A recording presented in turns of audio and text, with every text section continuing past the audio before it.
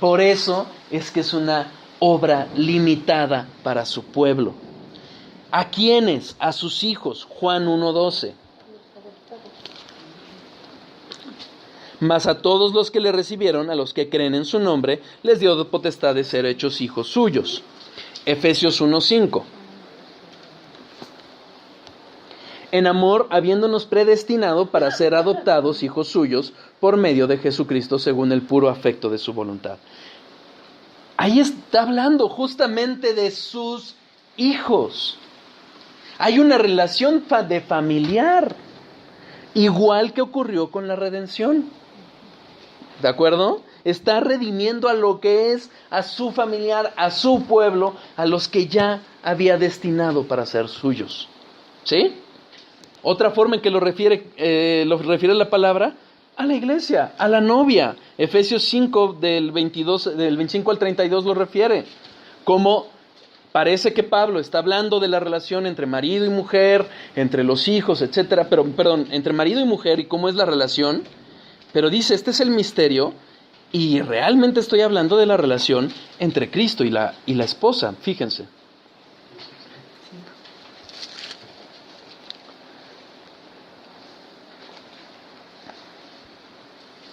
Versículo 25. Maridos, amad a vuestras mujeres, así como Cristo amó a la iglesia, y se entregó a sí mismo por ella, para santificarla, habiéndolo purificado en el lavamiento del agua por la palabra, a fin de presentársela a sí mismo una iglesia gloriosa, que no tuviese mancha ni arruga, ni cosa semejante, sino que fuese santa y sin mancha. Así también los maridos deben amar a sus mujeres como a sus mismos cuerpos.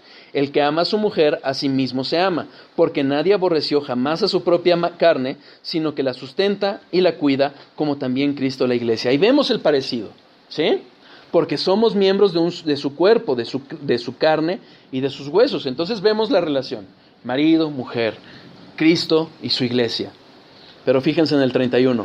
Por esto deja el hombre a su padre y a su madre, y se unirá a su mujer, y los dos serán una sola carne.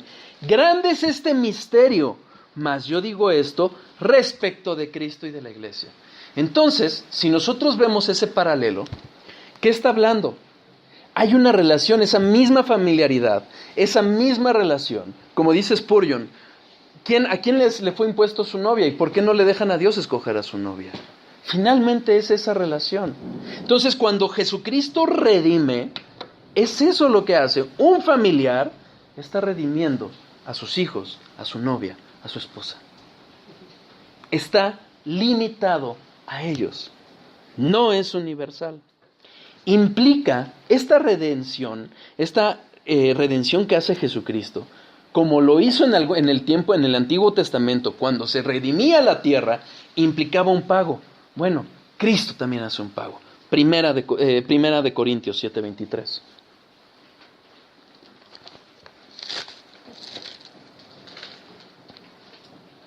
Por precio fuisteis comprados, no os hagáis esclavo de los hombres. Colosenses 1:14. En quien tenemos redención por su sangre, el perdón de pecados. Entonces, hay una redención, Dios redime lo suyo, ¿y qué es lo que hace? Hace un pago. ¿A quién? A sí mismo, al Padre. Pero hay un pago, y ese pago, ese precio, es la sangre. Entonces, la figura misma de la redención nos habla y nos manifiesta nuevamente que hay una limitación en la obra de Cristo. No es para todos. No es para todos. ¿Correcto? Todos estos aspectos, todas ellas, tanto la expiación como la propiciación, como la redención, forzosamente y por su propia naturaleza, hablan de personas o de cosas determinadas y concluidas. No algo que haya quedado pendiente, no algo que se iba a hacer a través de aceptar a Cristo, no. La fe es consecuencia de toda esa obra previa del Padre y del Hijo. El sacrificio de Cristo es eficaz, no es una mera posibilidad. No es de que, yo lo cacho y por eso recibo. No, ya fue hecho y concluido. No está sujeto a la condición de decidir por Dios. No es una condición. ¿Correcto? Si es un medio, provisto por Dios, facultado por Dios a través de ese don de la fe, pero no es una condición, porque si no estaríamos hablando de una obra. ¿Correcto?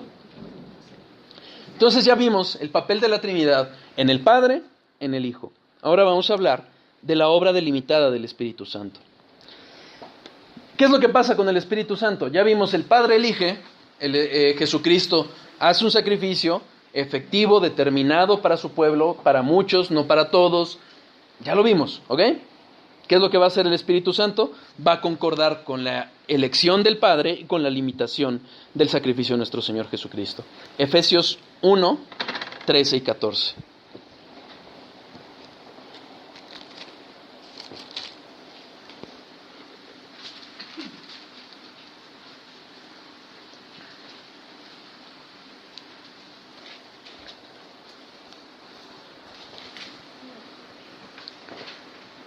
En él también vosotros, habiendo oído la palabra de verdad, el evangelio de nuestra salvación, y habiendo creído en él, fuisteis sellados con el Espíritu Santo de la promesa, que es las arras de nuestra herencia, hasta la redención de la posesión adquirida para alabanza de su gloria.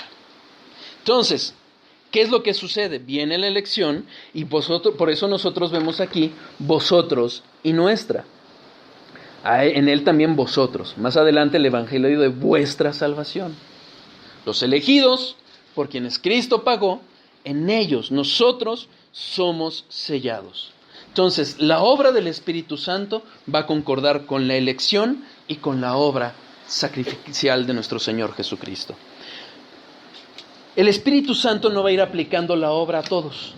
No va a ir diciendo, a ver, tú sí, tú no, como Él quiere. No.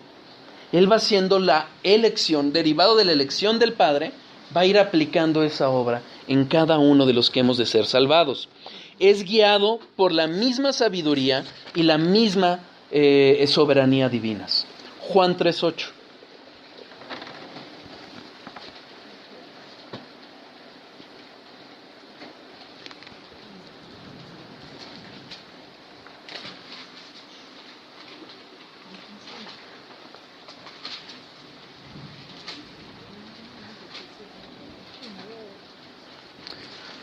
¿En qué momento estamos?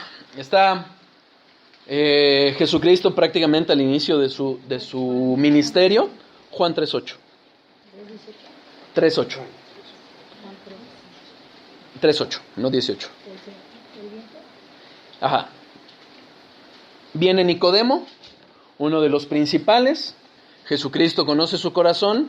Nicodemo le hace alguna pregunta. Jesucristo le responde algo que pareciera que no concuerda con lo que le está preguntando, pero ¿por qué lo hace? Por lo que explica el versículo 25 del capítulo anterior, porque él ya conoce su corazón. Y le está hablando, vamos a hablar en el siguiente estudio con más claridad de este punto, pero le está hablando acerca de la obra que hace el Espíritu Santo en el nuevo nacimiento, una obra soberana, ¿ok? Fíjense cómo lo expone. Versículo 8. El viento sopla donde quiere y oye su sonido, mas ni sabes de dónde viene ni a dónde va. Así es todo aquel que es nacido del Espíritu Santo. ¿Por qué hace la referencia al viento? No porque el viento sea soberano en sí mismo. Sabemos, lo vimos en los estudios pasados, como el viento obedece a Dios. Es parte de su creación y Dios lo comanda. Lo vimos en las langostas, lo vimos en las codornices. Pero para el hombre sí es soberano, el hombre no lo puede controlar, el hombre no puede dirigir el viento, el hombre no puede, ni siquiera sabe a dónde va, nada más puede ver los efectos. Bueno, en el caso del Espíritu Santo, obra soberanamente. ¿Por qué? Porque como aquí lo dice, donde quiere, donde gusta, donde nosotros ni sabemos. El viento, les digo, es gobernado por Dios, pero para nosotros sí es soberano. Y de la misma forma el Espíritu obra soberanamente. Y no consulta al hombre. No viene a tocar en la puerta para ver si la abren. No. Él viene y soberanamente hace la obra eficaz de Cristo en el corazón de su pueblo. Es concordante con la elección del Padre, es concordante con la limitación de lo que hizo el Hijo. Es el Espíritu Santo quien provoca el nuevo nacimiento. Fíjense en el versículo 6. Lo que es nacido de carne, carne es. Y lo que es nacido del Espíritu, espíritus es. ¿Cuántos de nosotros pusimos algo para nacer en esta tierra? Nada. Ni nos preguntaron. De repente nos encontramos en el vientre de nuestra madre y de repente nacimos. No aportamos nada. Bueno, ese nacer físico es igualmente en el espiritual. El nuevo nacimiento espiritual es obra pura del Espíritu Santo. Es un paso de la muerte a la vida, como lo enseña Juan 5:24 al final, yo se los leo. No vendrían a condenación, mas han pasado de muerte a vida. Finalmente, como lo enseña Efesios 2:1, estábamos muertos a nuestros delitos y pecados. Y la obra efectiva del Espíritu Santo nos lleva de esa muerte a la vida. Ahora, cabe preguntar, si esto es así, y si es preciso, como dice Efesios 2:1, nacer primero, ¿esta obra que hace el Espíritu Santo da vida a todos? No. Segunda de Tesalonicenses.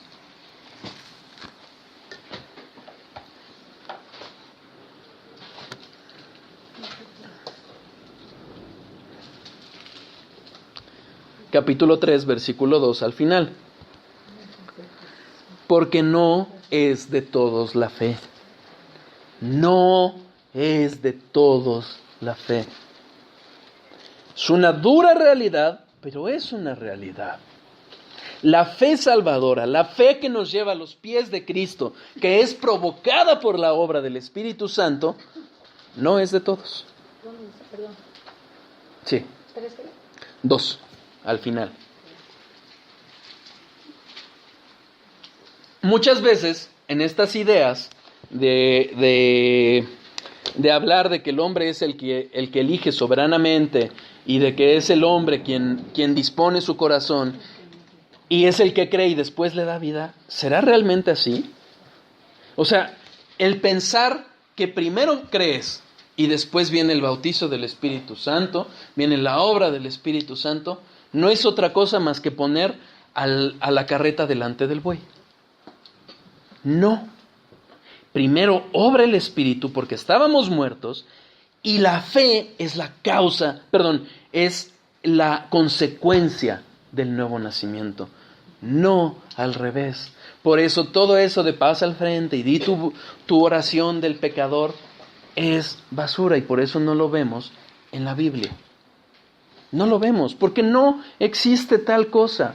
Primero obra el Espíritu y después viene la fe. El hombre está muerto sin Dios. Efesios 2:1.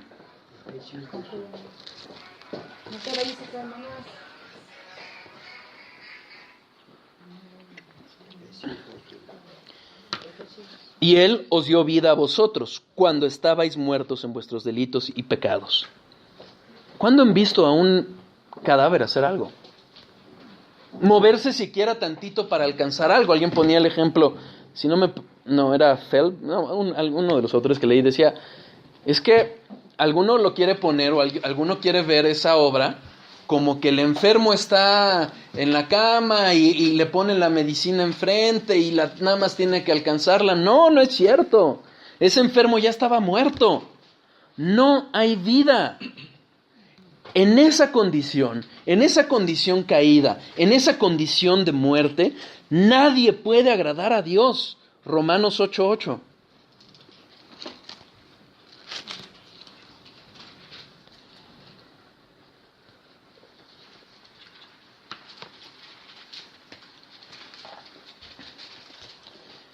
Y los que viven según la carne no pueden agradar a Dios.